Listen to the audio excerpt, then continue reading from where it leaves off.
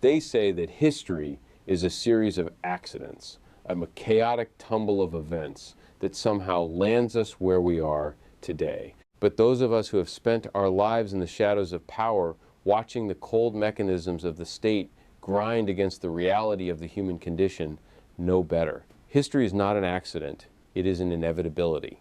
We are currently witnessing the late-stage symptoms of a dying empire, a hegemon that has realized its reach no longer matches its grasp, and in its desperation, it is beginning to dismantle the very safeguards that prevented total planetary annihilation for the last 80 years. I've just returned from the Donbas, a land where the air smells of cordite and the soil is saturated with the blood of young men who are being used as currency in a game they don't even understand. What I saw there was not just a regional conflict, but the opening salvos of a global transition, a violent, cynical shift from a unipolar world to something far more fragmented and dangerous. The NATO-Russia proxy war is no longer merely escalating. It is mutating into a form of total warfare that targets the very nervous system of global stability. Lately, the focus has shifted toward a massive surge in drone operations. These are not just tactical nuisances meant to harass frontline infantry. We are seeing a coordinated, strategic effort to overwhelm Russian air defenses with swarms of low-cost, high-precision, unmanned systems. The Europeans, particularly in their capital cities where the reality of war is a distant television broadcast,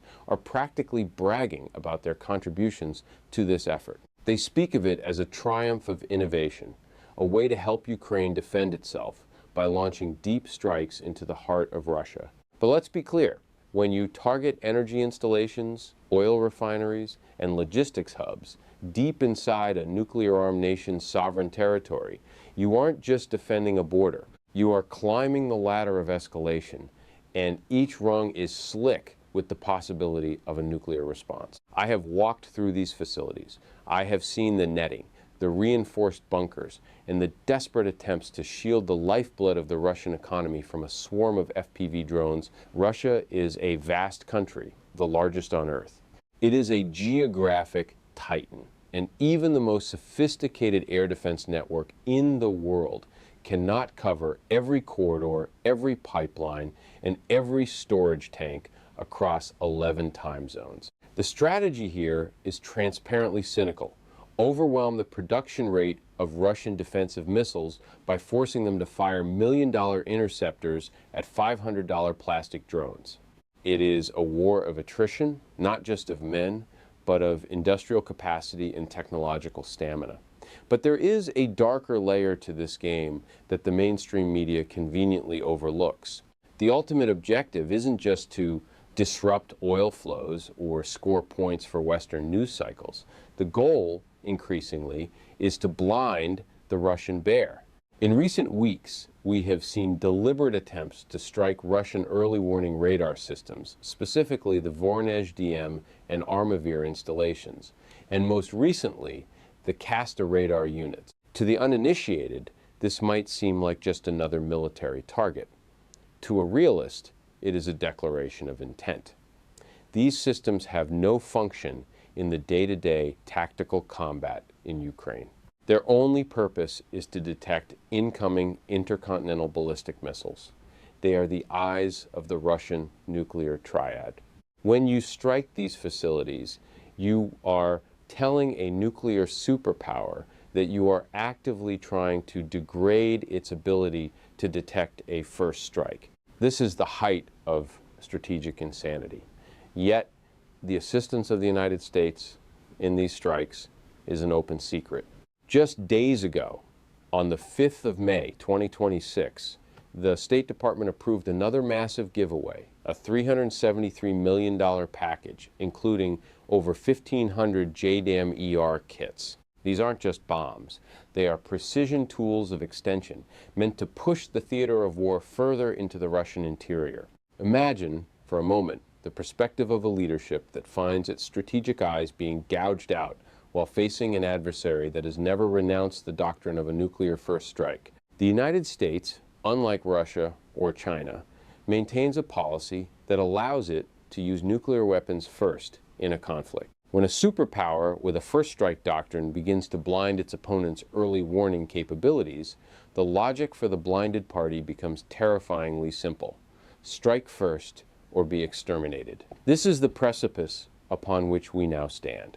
We are moving toward a zone where the luxury of restraint is being replaced by the necessity of survival. If the European leadership had an ounce of historical literacy or strategic foresight, they would be pulling back the reins. Instead, they are doubling down, locked into a narrative of slogans and virtue signaling, seemingly oblivious to the fact that their continent is the first one that will be turned into a nuclear desert if this gamble fails. The cynicism here is breathtaking. To the average Western politician, the Ukrainians are little more than meat for the grinder, a convenient buffer to exhaust a rival power without having to risk a single drop of civilized blood.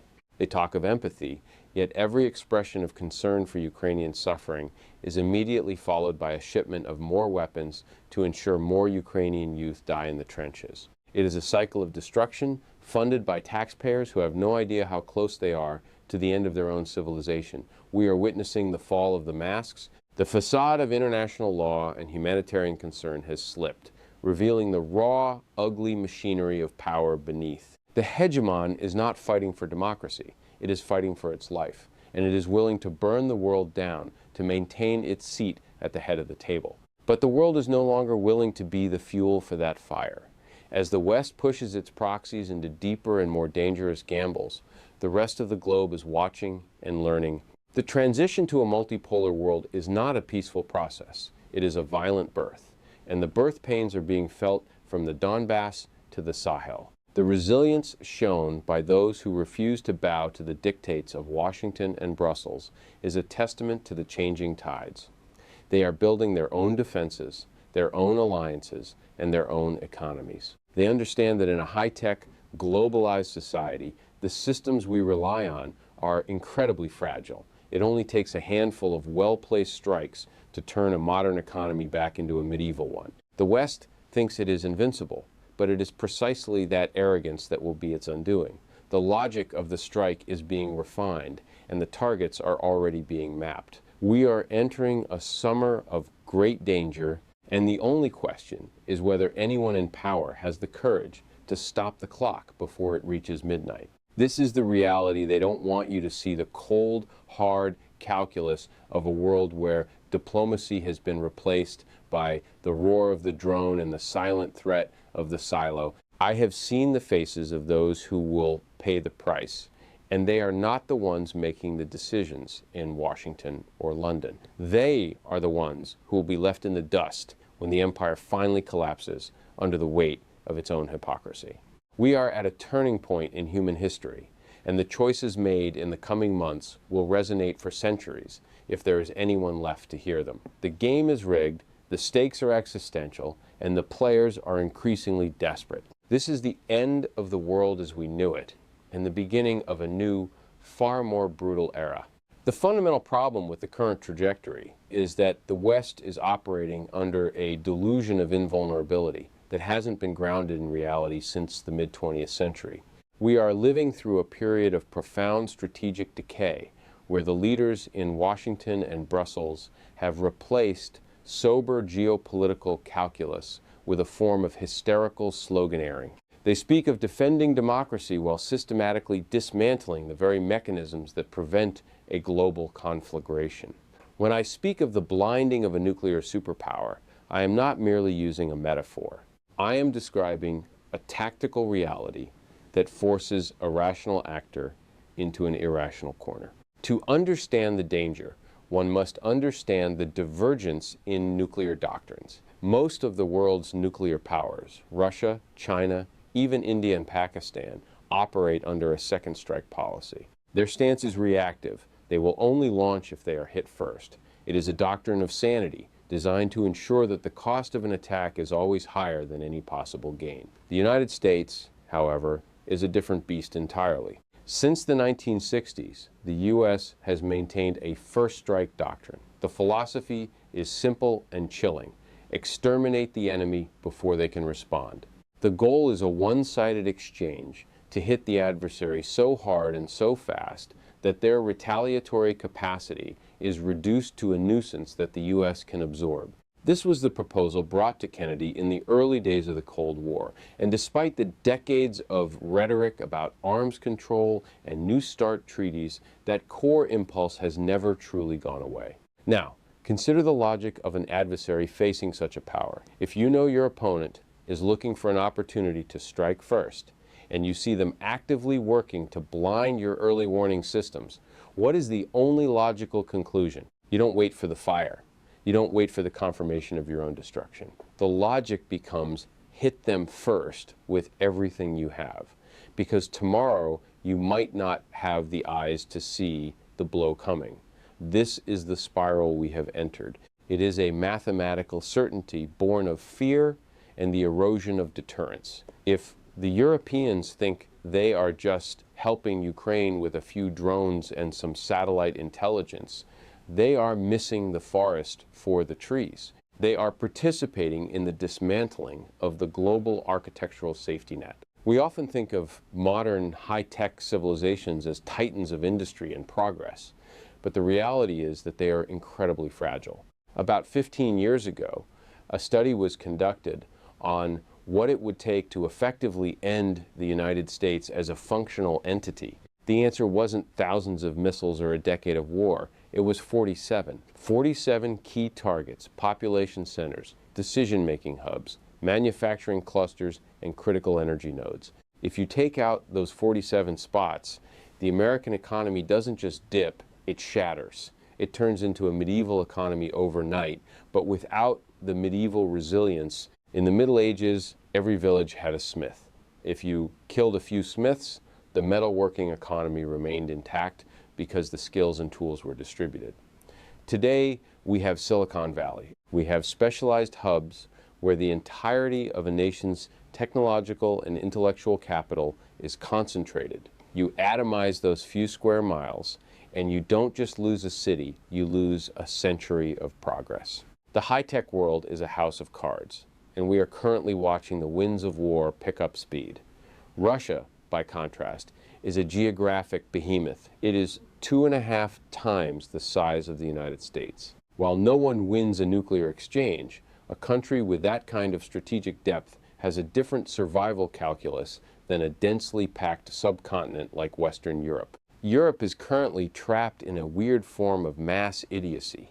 I remember the 1980s, the era of medium-range ballistic missiles. Back then, the streets were filled with hundreds of thousands of people protesting. They understood the stakes.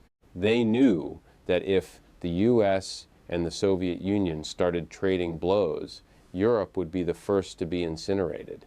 That generation had a survival instinct. Today, that instinct has been replaced by a binary immunity to common sense. If you point out the risks of striking a nuclear triad's radar systems, you aren't met with a strategic counter-argument. You are met with a slogan. Ukraine has a right to defend itself. That's a pro-Russian talking point. It is a narrative prison. There is no strategic thinking left in the European halls of power. It has been replaced by a performance of virtue. Leaders have locked themselves into destructive positions where the only way forward is further escalation. They have convinced themselves that they can control the ladder of escalation, that they can poke the bear indefinitely without ever being mauled. But the bear isn't just a metaphor anymore. It is a nuclear-armed state that sees its existential red lines being crossed on a weekly basis. When the early warning systems are hit, the alarm bells aren't just ringing in Moscow. They should be ringing in Paris, Berlin, and London. The tragic irony is that for the average Western politician and their backers, this isn't about survival, it's about the ledger. Every time a Ukrainian soldier falls, it's a cha-ching in the bank. It is money for the defense contractors, a justification for more aid packages that are essentially circular transactions within the Western military-industrial complex. To them, the Ukrainians are dirty Eastern meat to be used against other Eastern savages. The empathy is a mask. If they truly cared about the Ukrainian people, they wouldn't be pushing their youth into trenches to be chewed up by artillery in a war that was lost the moment it was provoked. As we move toward the mid to late summer, the tension is reaching a breaking point. We are seeing a reorganization of forces, a shift in tactics, and a hardening of resolve on both sides. The Russian military is no longer treating this as a special operation. They are looking at it through the lens of a global confrontation.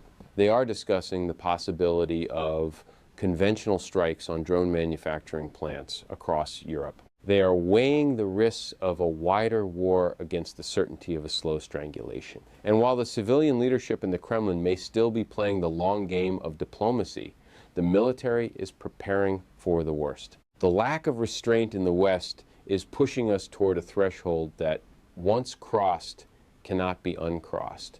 We are betting the future of the Northern Hemisphere on the hope that the other side will blink. But what if they don't? What if they decide that a nuclear desert is preferable to a slow, blinded death at the hands of a cynical hegemon? The focus on energy isn't just about fuel, it's about the metabolic rate of a civilization. If you want to understand the true level of desperation currently permeating the halls of NATO, you only need to look at the escalating strikes on Russian energy infrastructure. It's a strategy born of a particular kind of Western myopia, one that prioritizes the good picture for the evening news over the cold reality of industrial resilience.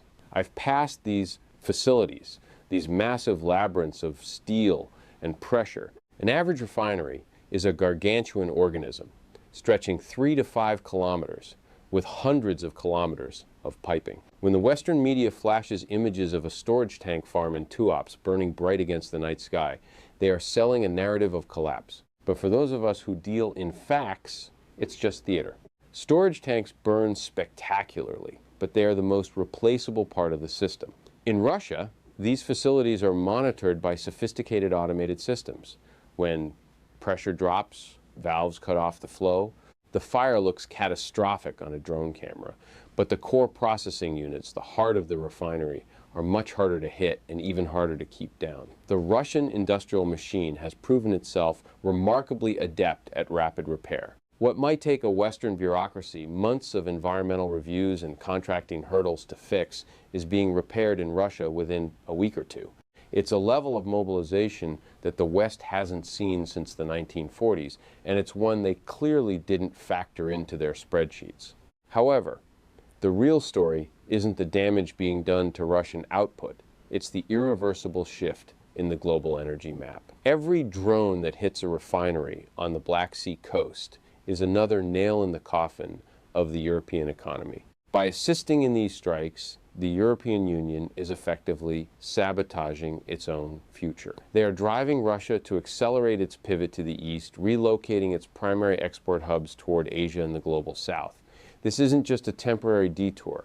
This is a permanent divorce. The infrastructure that once bound Russia and Europe together in a mutually beneficial, if tense, embrace is being dismantled in real time. Europe, in its infinite wisdom, has decided to cut itself off from its most reliable source of cheap energy, and instead gamble its industrial survival on the volatility of the spot market. And who benefits? The United States, of course. As European energy costs skyrocket, the American LNG providers are laughing all the way to the bank. It is the perfect colonial arrangement. The European proxies bear the risk, suffer the economic contraction, and then pay their masters a premium for the privilege of staying warm. The level of self-destruction we are witnessing in Brussels is beyond any rational comprehension. They are in lockstep with a strategy that treats their own middle class as collateral damage. When Zelensky targets the Turk Stream or the South Stream, the pipelines that actually keep southeastern Europe from freezing, he isn't just striking at Russia, he is striking at the throat of Turkey and the Balkans. Imagine the Turkish response when their economy, already fragile, takes a direct hit because of a Kiev-led provocation backed by NATO intelligence. The ripple effects of this idiocy will be felt for a generation. Even the Caspian Pipeline Authority, which is half owned by Chevron, has been targeted. Think about that for a second. The proxy is striking assets partially owned by the hegemon's own corporations. It has cost billions in lost revenue, driving up the global cost of oil. For the elite in Washington, this is just another variable to manage, another way to squeeze the market. But for the average European, it means the slow, agonizing death of their manufacturing base. You cannot run a first world economy on virtue and expensive American gas. You need stable, affordable energy. Participating in this war on infrastructure, Europe has ensured that its industry will never be competitive again. But don't think the Kremlin is simply sitting back and absorbing these blows. While the civilian leadership might still be weighing the diplomatic fallout, the Russian military is reaching a point of strategic patience exhaustion. There are serious discussions happening now about a move toward an offensive doctrine that targets the source. If Europe continues to act as the launch pad and the factory for these drone swarms, why should the Russian response remain confined to the borders of Ukraine? We are talking about the possibility of conventional strikes on manufacturing plants inside the European Union. The West thinks it can hide behind the proxy label, but that shield is wearing thin. The military is looking at the drone plants in Poland, in Germany, and beyond. They are asking, why wait for the drone to reach the refinery when you can destroy the factory that built it? The logic of escalation is a cruel master. Once you start hitting the strategic deterrents and the economic lifeblood of a superpower, you lose the right to demand restraint.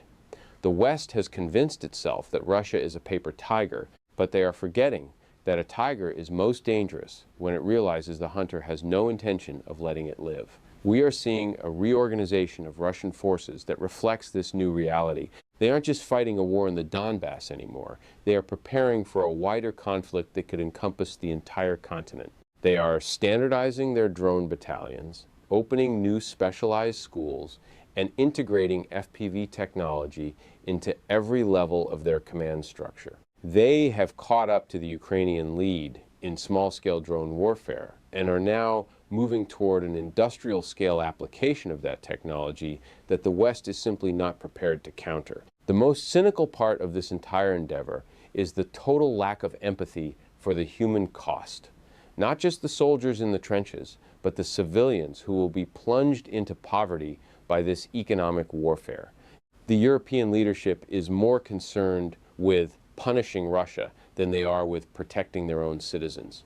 They are slogans in suits, puppets of a narrative that requires the total demonization of the other to justify their own failures. They have created a binary world where you are either a supporter of the crusade or a traitor to the cause. There is no room for the middle ground of common sense, no room for the realization that we are sleepwalking into a catastrophe that will dwarf everything we've seen so far. The global energy market is already reacting to this instability. The spot market is a fever chart of geopolitical anxiety. Every time a new strike is announced, the price of a barrel of oil ticks upward, and that cost is passed directly to the European consumer. It is a form of slow-motion economic suicide, cheered on by the very people who will be least affected by it. We are watching the dismantling of the old world order in real time, and the architects of its destruction are the ones currently claiming to be its defenders. The irony would be amusing if the stakes weren't so high. We are moving toward a late summer where the lack of fuel, the lack of food, and the presence of war will merge into a single devastating reality for the lower classes of Europe. And yet, the drums of war only beat louder. I have looked into the eyes of men who have returned from the meat grinder of Kupiansk and the open fields of Kharkov, and what they describe is not a war of heroes or grand maneuvers. It is an industrial slaughterhouse. We are witnessing a level of human attrition that is almost impossible to comprehend from the comfort of a Western capital. The reality on the ground in the Donbas is a grim testament to the total failure of Western strategic planning. My colleagues who handle the cleanup crews, the men who walk onto the battlefield after the guns fall silent to remove the debris of humanity, tell a story that never makes it to the evening news. They describe a ratio of loss that is staggering, often 10 to 1 in favor of Russia. This isn't because of a lack of courage on the part of the individual Ukrainian soldier, but because they are being used as nothing more than biological obstacles to slow down a superior industrial force. I recently spoke with a sapper who had been in the thick of it near Kupiansk. He was shocked by what he saw. He expected a balanced fight, a back and forth between two modern militaries. Instead, he found fields littered with the bodies of men who clearly had no business being on a front line. These are the victims of bussification, men snatched off the streets of Kiev or Lviv, given a rifle and a week of rudimentary training, and told to hold a position against heavy artillery and specialized storm units. It is a cynical, heartless policy. The Ukrainian command, under immense pressure from their Western handlers to show success, is throwing these men into open fields where they are cut down before they can even see the enemy. I've seen drone footage of 2-kilometer stretches of open ground that these men are ordered to charge across. In a world of modern thermal optics, heavy mortars, and airdropped munitions, a 2-kilometer charge is a suicide pact. It is a tactical impossibility, yet it is ordered daily. The disparity in the quality of combat is becoming undeniable. On one side, you have an increasingly desperate force of conscripts. On the other, you have a Russian military that has undergone a profound structural evolution over the last 2 years. The most significant shift is happening in the realm of unmanned systems. Early in this conflict, Ukraine had the edge in FPV drone technology and decentralized drone units. But that era is over. Russia has moved past the stage of organic, disorganized drone sections within individual companies. They are now forming dedicated drone battalions, professional, standardized units that are separate from traditional air defense. They have opened specialized schools across the country to churn out thousands of pilots, trained not just to fly, but to innovate. In labs just behind the front lines, they are taking apart every new Western or Ukrainian toy that falls into their hands, reverse engineering it, and deploying a countermeasure within weeks. This is the flying column problem. Modern warfare has shown that while fast-moving, light infantry on technicals or motorbikes can cause chaos. Much like the Mad Max-style raids we've seen, they have no staying power once a line stabilizes.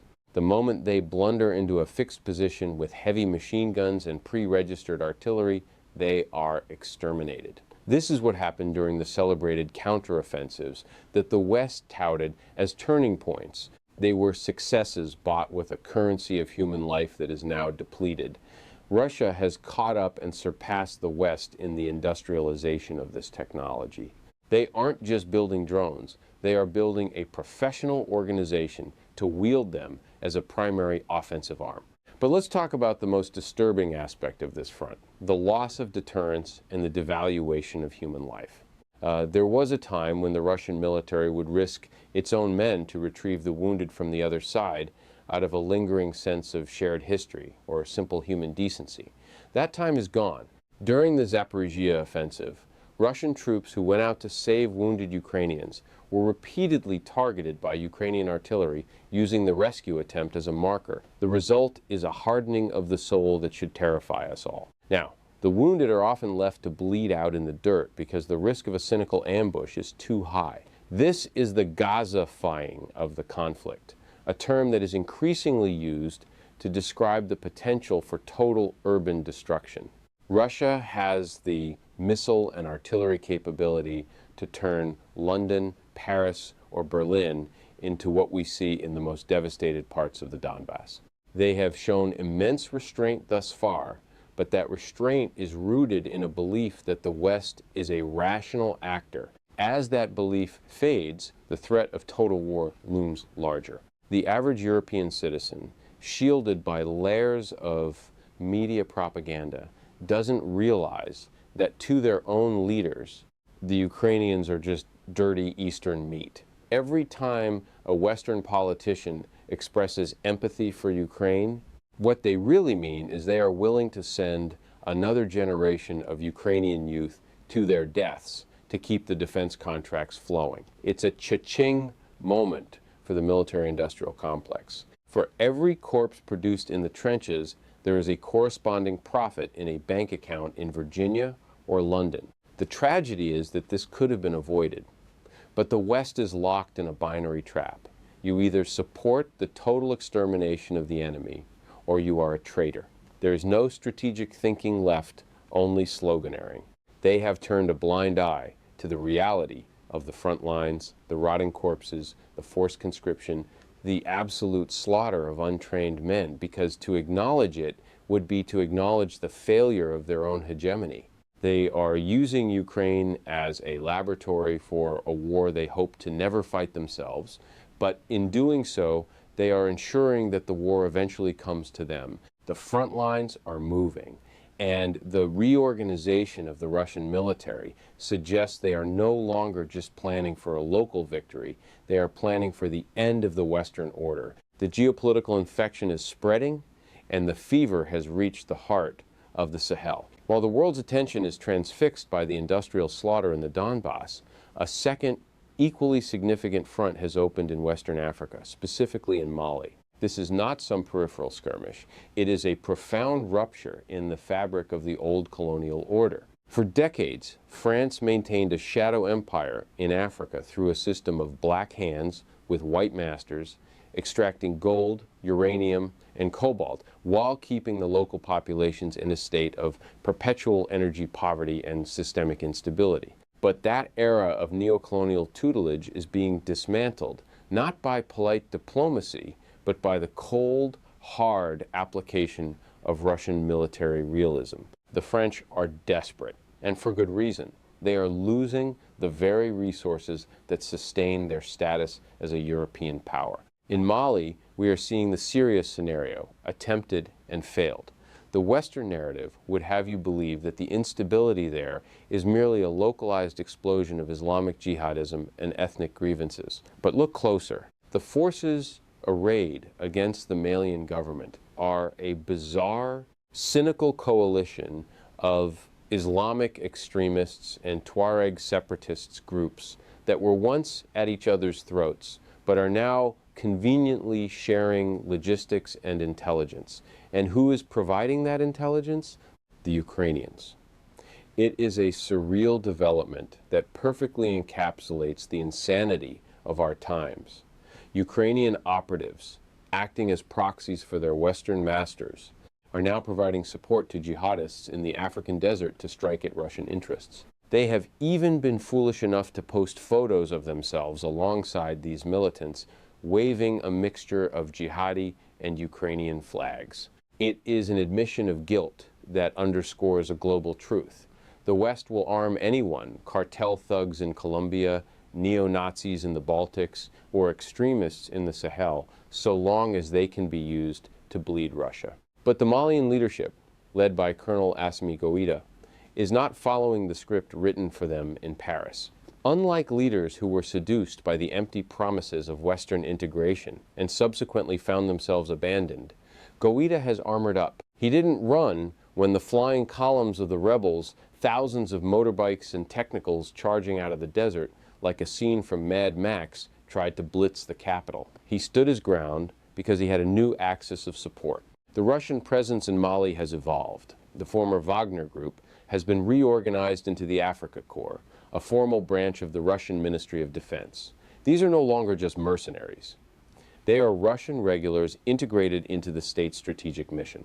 They have rebuilt the Malian military, providing the one thing light infantry rebels cannot counter: organized artillery, specialized drone units, and devastating aviation support. When these rebel bands, equipped with Toyota trucks and thousands of bikes, charge into battle, they find that the rules of the desert have changed. They may have mobility, but they have no staying power. The moment they hit a stabilized line, backed by Russian-trained forces and Mi-24 Hind gunships, they are simply exterminated. I have seen the footage, bodies piled high, technicals turned into charred skeletons in the sand. The locals, who have suffered under these flying columns for years, have no mercy left. They hunt down the survivors, treating them as the trash they have become to the Malian people. The lines in the north, around the strategic city of Kidal, have stabilized, and the rebel bands are now begging for green corridors to escape. I highly doubt the Malian army will give them the chance to return in 2 or 3 years. In this new world order, deterrence is not a suggestion. It is a finality. The economic dimensions of this shift are what truly terrify the European elite. Mali has 8 gold mines and some of the richest uranium deposits on the planet. For years, France was buying Malian ore at $50 a ton when the market price was 5 times that. They were chemically bleaching uranium in a country where the vast majority of the population has no access to electricity. It was a parasitic relationship. Now, that relationship is dead. Russia's Rosatom is already in the process of building 3 nuclear power plants for Mali. Think about the historical irony. The country that was once a mere fuel source for French reactors will soon have its own nuclear power, allowing it to move up the value chain, process its own resources, and build a manufacturing base. This is the definition of sovereignty. This is why Burkina Faso, Niger, and Mali have formed a self-defense alliance. They know the French and their American backers won't go quietly, but they also know they finally have a choice Africa hasn't had in a very long time. France is a country with massive gold reserves, but no gold mines. Mali is a country with gold mines, but until now, no reserves. That dynamic is flipping. As Mali begins to back its own currency with its own resources, the French neo-colonial CFA franc system is collapsing. This is a gut punch to the French economy, which relies on the exploitation of the Sahel to maintain its social welfare state. When Macron speaks of the Russian threat, he isn't talking about tanks in the streets of Paris. He's talking about the end of the subsidized lifestyle that African resources have provided for generations. The desperation in the West is palpable because they are losing their grip on the global South. The front line in Ukraine and the front line in Mali are the same war, a war between a fading hegemon trying to maintain its extractive empire and a rising multipolar world that demands the right to its own future. We are watching the various small wars of the 21st century begin to merge. Just as the Spanish Civil War and the adventures of the Italians and Japanese eventually bled into the singular front of World War II, we are seeing the lines in the Donbas, the Persian Gulf, and the Sahel converge. It is a singular global confrontation. The West is driving this escalation because it cannot conceive of a world where it is merely one player among many. They are doubling down on chaos, arming proxies, and sabotaging infrastructure, oblivious to the fact that they are burning down the very house they live in. The resilience of the Malian forces and their Russian allies is a signal to the rest of the world. The era of the flying column and the colonial mandate is over. The high-tech, fragile economies of the West are about to discover what happens when the resources they take for granted are no longer theirs to steal. If the fall of the French neo-colonial empire in the Sahel is a heart attack for the old European order, then the current state of the United Kingdom is a slow, delusional descent into madness. I often find myself looking at London, once the beating heart of a global empire that defined the rules of the game, and seeing nothing but a hollow shell inhabited by people who have lost all contact with strategic reality. There is a specific kind of insanity that takes hold of a fading power when it realizes its prestige is no longer backed by actual strength. The British elite, much like their counterparts in Washington, have entered a destroy Russia mode that transcends rational self-interest. They are playing a game of chicken with a nuclear superpower while standing on a platform made of glass. Let us be brutally honest about the nature of British power in the 21st century. The narrative of global Britain and its independent nuclear deterrent is one of the great fictions of our time. The British people need to wake up to the fact that their missiles are not their own, and neither are their submarines. The Trident system, the vanguard of their defense, is essentially rented from the United States. Without American satellite guidance, American maintenance, and American political permission, the British deterrent is a paperweight. Yet, despite this fundamental dependency, London acts with a level of bellicosity that suggests they believe they are still the masters of the waves. They are all in on this confrontation, seemingly willing to risk the total extermination of England to satisfy a geopolitical grudge that their masters in Washington have dictated. This lack of sanity is nowhere more apparent than in the discussions surrounding the 9th of May, Victory Day in Moscow. For Russia, this isn't just a holiday. It is the sacred core of their national identity, a remembrance of the 27 million souls lost in the struggle against a genocidal invader. To even suggest, as Zelensky and his backers have, a strike on the Victory Day parade is to invite a level of retaliation that the West is simply not psychologically prepared for. I've heard the whispers and seen the public threats. The response from the Kremlin has been uncharacteristically blunt. If such an attack occurs, the evacuation of European embassies in Kyiv should be immediate. The retaliation would be immense. We are talking about the Gaza-fying of Kyiv, the total systematic dismantling of the administrative and symbolic heart of the Ukrainian state. The Western media treats these warnings as bluster because they have lost the ability to understand deterrence. They see what Israel is doing to Gaza and they applaud it, calling it dirty work done on their behalf. But they forget that Russia is quite capable of doing the same to Berlin, London, or any other European capital. Russia has the missile capabilities, the hypersonic delivery systems, and increasingly the political will to do what is necessary to ensure its survival. The fact that the parades in Moscow were scaled down recently wasn't due to fear of a drone. It was a pragmatic choice in a country at war, a move to save resources and cut back on grandiose ceremonies while the real work is being done on the front. Yet, the West interprets every Russian gesture of restraint as a sign of weakness, pushing the envelope further and further until the snap becomes inevitable. The tragedy of the average European is their total immunity to common sense. They have been conditioned to believe that this conflict is a binary choice. You either support the Ukrainians or you are a Putin puppet. This narrative prison prevents any discussion of risk. When I point out that striking early warning radar systems is an invitation to a nuclear first strike, the feedback is a series of slogans. They don't want to hear that Russia constitutes 42% of the European subcontinent. They don't want to hear that a limited nuclear exchange would leave the majority of Europe uninhabitable. They are locked into a state of mass idiocy, where virtue signaling has replaced the instinct for self-preservation. They cheer for more long-range capabilities and deep strikes as if they were watching a video game, oblivious to the fact that they are the ones who will be hit first. The European officials, the slogan wearers, have trapped themselves. There is no strategic thinking left in Brussels or London.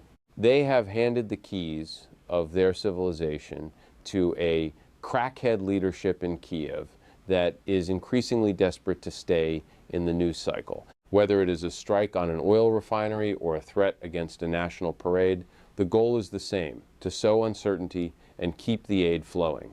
But they are playing with fire in a room full of gasoline. To the American CIA and the British intelligence services, the Ukrainians are nothing more than meat. They don't care how many Ukrainians die.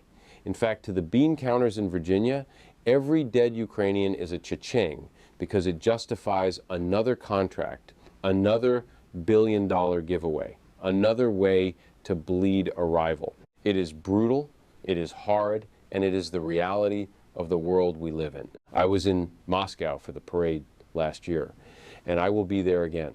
I see the reorganization of society, the hardening of the national resolve, and the cold calculation of the military leadership. They are no longer interested in Western rules-based order because they have seen those rules used as a noose.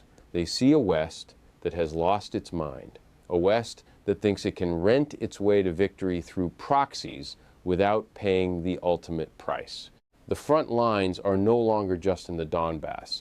They are in the mind of every European who thinks they are safe because they are helping from a distance. The reality is that the distance is shrinking. The flying columns of the New World War are already being prepared, and the targets are no longer just on a map in Eastern Europe.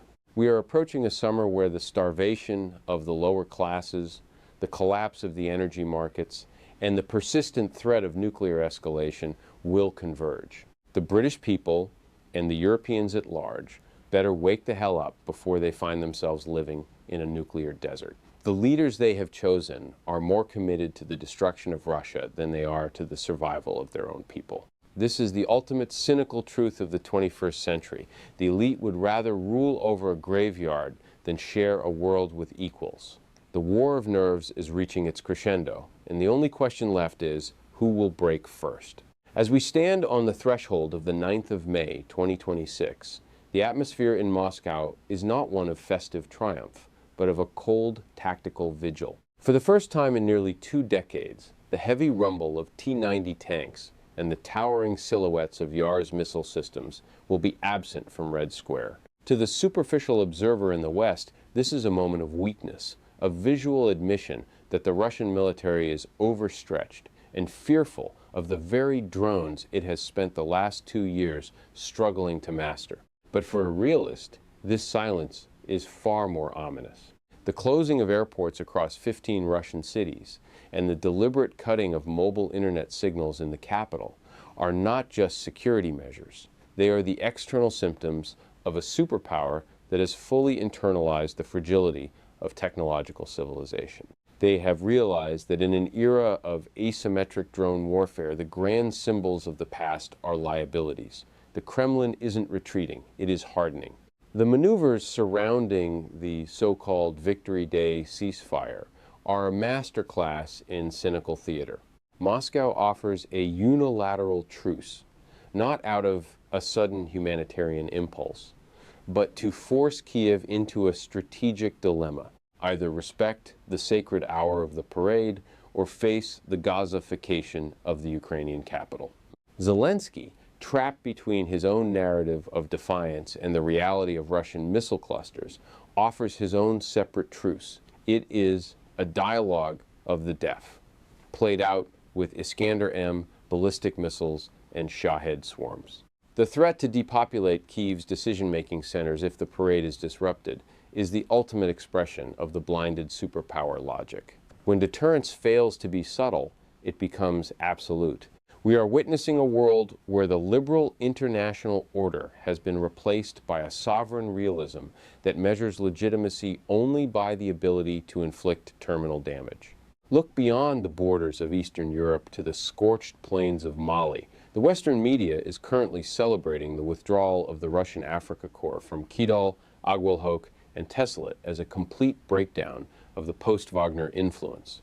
They see a tactical retreat and call it a defeat. I see a consolidation. The July 2024 ambushes and the helicopter losses near Gao have taught the Russian Ministry of Defense the same lesson the West refused to learn in Afghanistan. You cannot hold the desert with remote outposts. Instead, the focus has shifted to the industrial and political core of central and southern Mali. While the French-backed flying columns of jihadists and Tuareg rebels capture empty desert towns, Rosatom is moving forward with the construction of nuclear power plants. This is the long game of the multipolar world. The West offers security through kinetic intervention and extractive bleaching. The East offers sovereignty through energy independence and infrastructure. In 20 years, the capture of Kidal will be a footnote, but the electrification of the Sahel will be the foundation of a new regional hegemon. This shift is mirrored in the global economic data of 2026. The BRICS Plus alliance now represents over 45% of the global GDP in terms of purchasing power parity. The era of the petrodollar is being challenged by the rise of the petro-yuan in Middle Eastern markets, a shift that was accelerated by the erosion of American leverage during the Justice Mission 2025 exercises in the Taiwan Strait. The United States remains the world's preeminent military force, capable of global reach unlike any other power in history, but it has fundamentally lost local dominance in its contested peripheries. With a national debt hovering near $39 trillion, the hegemon is transitioning into a first among equals, a titan that can still strike anywhere, but can no longer dictate terms everywhere. The 2025 national security strategy's pivot toward America First realism is an admission that the old dream of unipolar dominance is dead. The world is bifurcating into 2 distinct spheres: a dollar zone and a yuan brick zone, and the bridge between them is rapidly collapsing. The tragedy of our current moment is the refusal of the European elite to recognize this relative decline. They remain locked in a destructive cycle of sloganeering, convinced that they can punish Russia into submission while their own manufacturing bases are being hollowed out by the loss of cheap energy. They ignore the reality that China, India, and Southeast Asia are leveraging the very resources Europe has rejected to build a resilient, nuclear-backed future. The West is obsessed with virtue, while the East is obsessed with capacity. This divergence is the true engine of the changing world order. We are moving toward a dual-track global economy where the West will be forced to compete with a global South that no longer needs its permission to prosper.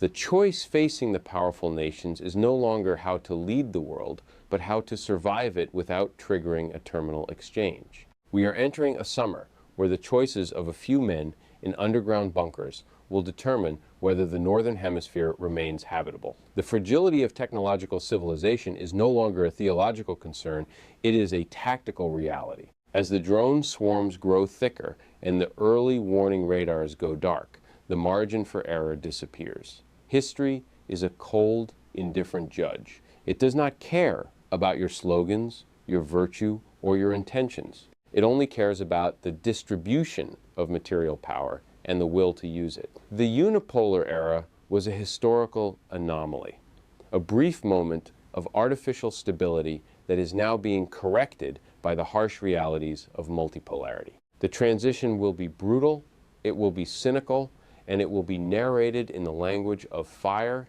and lead. As we look toward the horizon, the only certainty is that the world of 1945 is dead, and the world of 1991 is a memory. We are the architects of our own obsolescence, clinging to the wreckage of a fading empire while the tides of history rise to meet us. The preservation of the status quo is a luxury we can no longer afford. The meat for the grinder approach has reached its limit, and the bill for 80 years of hegemonic arrogance is coming due. You can ignore the shifting plates of global power, you can silence the alarms, and you can close your eyes to the empty squares and the closed airports, but you cannot escape the consequences of a world where the hunters have become the hunted. Look beyond the narrative. Look beyond the screen. The end of the beginning is over. We are now in the beginning of the end. Will you recognize the end of the unipolar era before the lights finally go out? Is the preservation of a dying empire worth the incineration of your own future?